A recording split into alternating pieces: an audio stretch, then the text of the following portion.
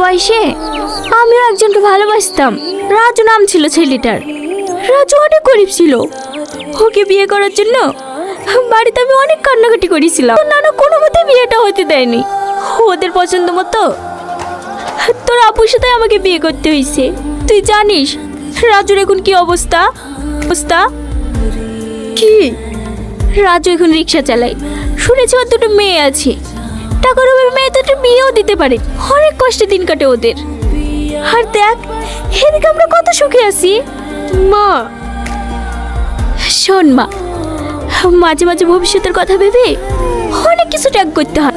এই ছেলেটা আমেরিকায় চাকরি করে। বিয়ের পরে তোকেও সঙ্গে করে নিয়ে যাবে। চিঠি আছে।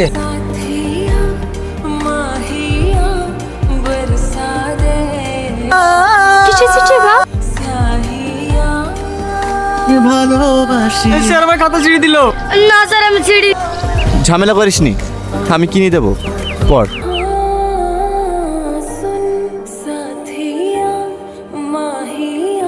দুঃখ করিসনি ভাই, দুনিয়াটা এরকমই।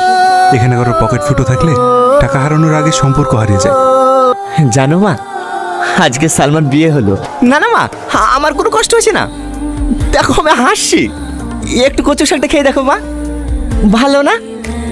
ভালো। খাও মা খাও।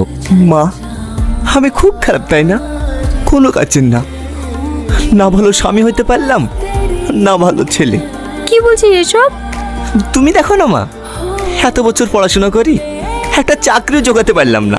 তোমাকে শুধু স্বপ্নই দেখি গেলাম, কোনোদিন বাস্তবে দেখাতে পারলাম না। আমি তো বেশি কিছু চাইনি মা, আমি শুধু তোমার চোখে আলো ফেরাতে চেয়েছিলাম, সুন্দর একটা সংসার করতে।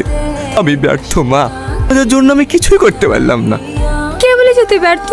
তুই কত কিছু করছিস আমাদের জন্য। আর চাকরি পাসনি তো কি হয়েছে? চেষ্টা তো করেছি। মা আমার খুব খিদে পেয়েছে, তোমার হাতে করে আমাকে চারটে খাই দিবা? হ্যাঁ বুক জ্বালা করছে মা?